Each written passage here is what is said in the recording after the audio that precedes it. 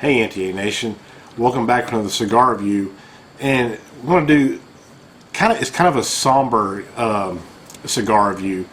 We just got word yesterday that one of the legends of the cigar industry, Manny Ferrero of Ashton Cigars, he was a senior VP. He passed away in Cabo San Lucas, dancing at the Tobacco Association function down there with his wife, and he's known throughout the industry as just one of the great guys that, of all aspects of the cigar industry. Manufacturers, retailers, customers, everybody's ever come in contact with him. He's just a real awesome, genuine guy, just a really spectacular person. And he'll be sorely missed. And I'm doing something a little bit different. This is not what I originally planned to do for a review, but it was definitely something I had on the radar. And the cigar shop in Biloxi, which is the cigar shop that I frequent pretty much on a weekly basis, sent me some samples of a cigar that I thought, well, this is a perfect time to actually go ahead and do it. And that is the Ashton VSG Pegasus. Now, if you follow me on Twitter, or like you saw my top 10 list, or my top cigars of the year, you actually have already seen this. And if you follow me on Twitter, like I said, you've seen me. I've been smoking a ton of these, so kind of foreshadows to where this is going to go. So actually, this was in the running to be one of my top cigars of the year. So I'm not going to tell you, if it's good or bad. It's a great stick. It's my favorite VSG now. I just go ahead and get that out of the way. So with this review, we're just going to talk about, for me, how it's different from the regular VSG line, because it is a different animal, and basically compared to some of my favorites in the VSG line. And as many of you know that have saw past reviews, you know that the VSG was the first cigar that I ever had. So these hold a really special place in my heart. I always have at least one box of these in my humidor at all times. So, matter of fact, I've got a box from 2005 that's sitting there completely unopened, that's never been touched. Much to the chagrin of my friends, because they really want me to bust that open so they can try it out. So maybe one day we'll go ahead and get that thing busted open. But anyway, let's go ahead and just take a look at this cigar. It's a 5.5 by 54 ring gauge, and if you notice something different about this one, it's round.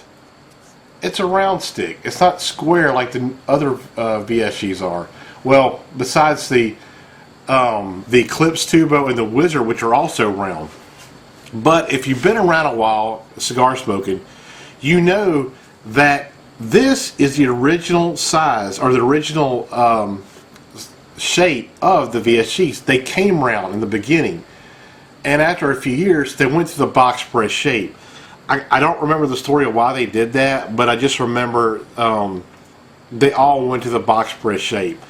And then a few years back, they released, I think it was actually the year before last, they released the Wizard, which, if I remember right, it's like a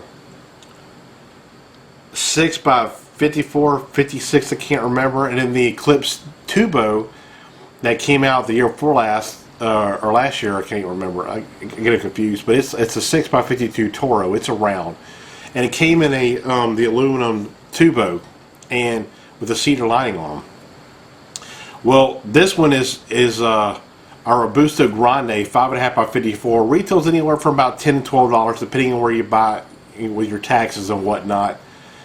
But anyway, it's got a really beautiful oily looking wrapper. You can see it's kind of a model brown wrapper, but it does have one little blemish.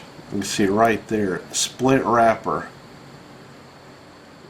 Now, on these cigars, I've actually noticed that most of them are not as beautiful as the regular VSG line. To me, they look rougher, and they have small little imperfections. Not a lot, just small ones. Actually, that's probably the worst I've ever seen, is that split in that wrapper right there.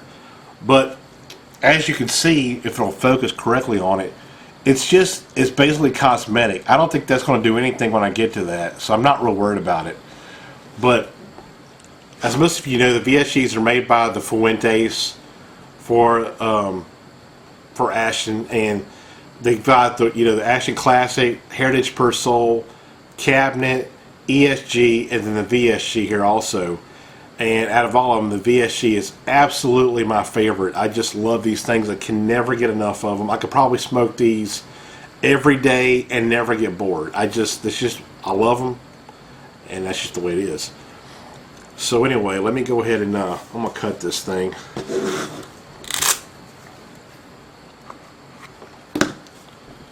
Use my Zycar cutter here. And one thing I did want to point out too, if you notice, it actually has a pretty flat cap. So a lot of times what I've been doing is I've just been using a punch just to kind of keep it clean, but I don't know, don't feel like it now.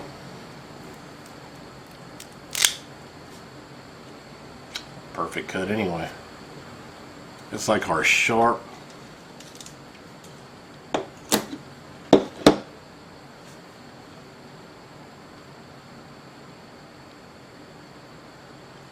Perfect milkshake draw. It has a really sweet cedar and leather note to it on the cold draw. It's really, really rich tobacco flavors.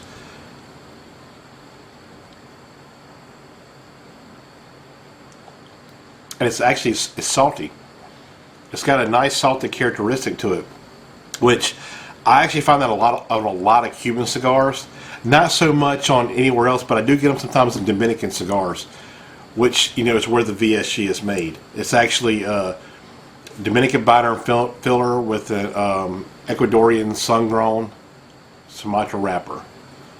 So that's what the makeup is. Let me get my Zycar lighter here.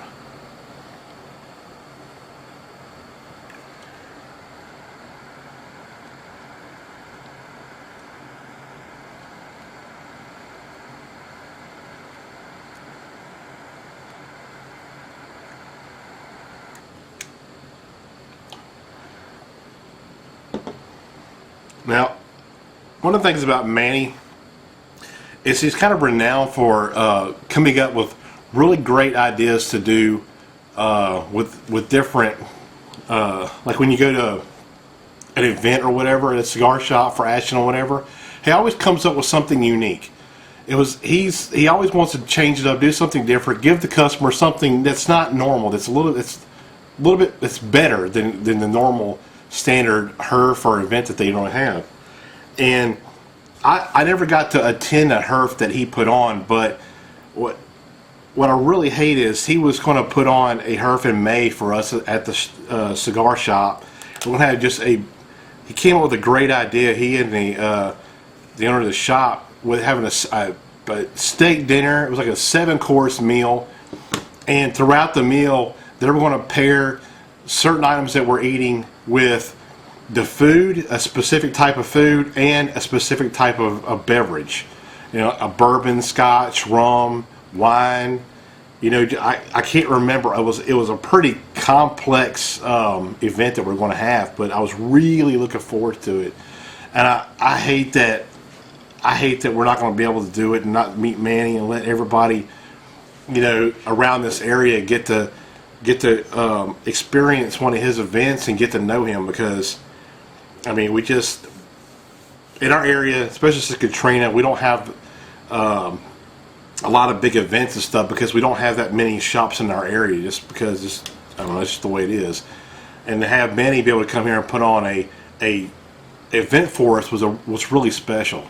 And I just hate that we're not going to be able to do that. And so Manny's loss is going to be, it's going to be a while before the reverberation for that settled down. But anyway,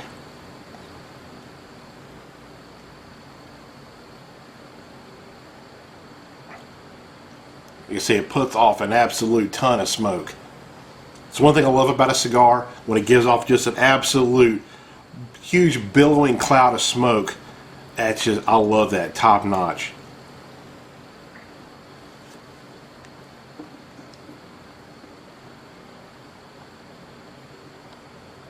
It has that cedar and that leatheriness to it with some sweetness.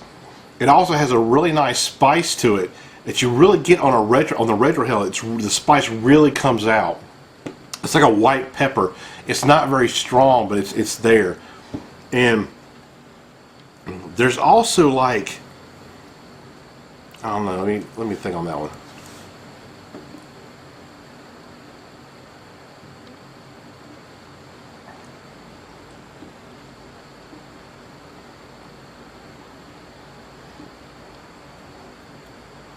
I mean, there's actually a nice, like a buttery caramel to that sweetness. It's not just a normal sweetness you get on a cigar.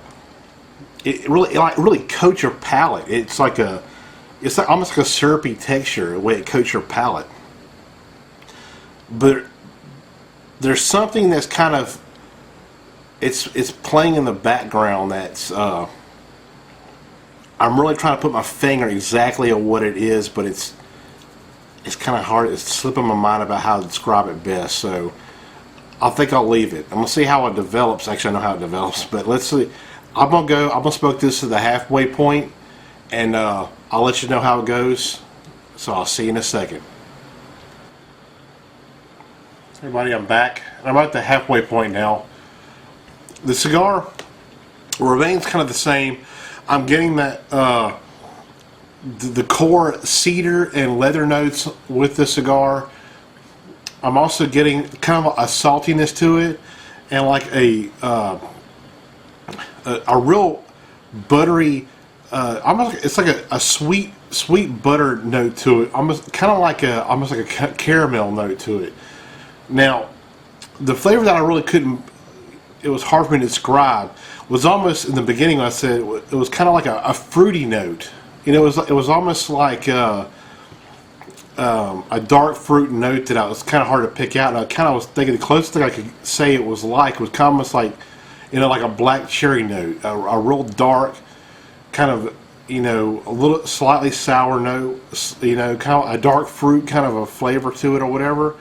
And it's a little faint, but it's definitely there. It's definitely in the background. I taste it. Well, as it started to develop and I got close to the halfway point, it started picking up a nice coffee bitterness to it. But it's relatively mild flavor also. It's kind of in the back with it. So it's just a ton of flavor. It's just smoking really, really, really well. I knocked the ash off here just a little while ago, and it was probably, well, I only knocked one ash off, and there's that much left. So more than an inch of ash was hanging on this thing, and I actually knocked it off. I mean, it didn't just fall off on its own. I was afraid it was going to burn in my lap, so that's why I knocked it off. But it's smoking really, really good.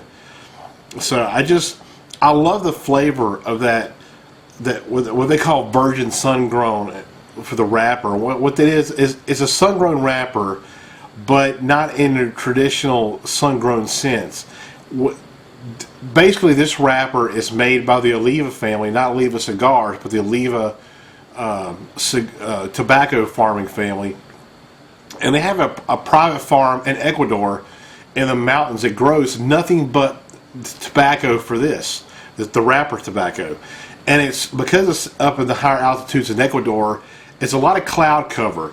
So what sun does filter through, you know, gets these wrappers, and it's basically like it's a cloud covered, basically sun-grown wrapper. That's why they call it, with their term for virgin sun-grown, basically. But it really makes just a beautiful wrapper, just absolute ton of flavor. And the Fuentes buy that wrapper just for this cigar. It's really awesome.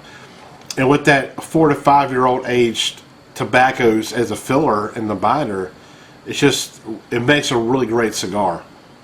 So far, I'd say probably the body is medium to full, but when I first started smoking these several years ago, probably 10, probably, yeah, at least that, probably more than that. Anyway, these were considered full body, like this, when you wanted like boss the walls flavor cigar, like bodied cigar, it was the VSG was it.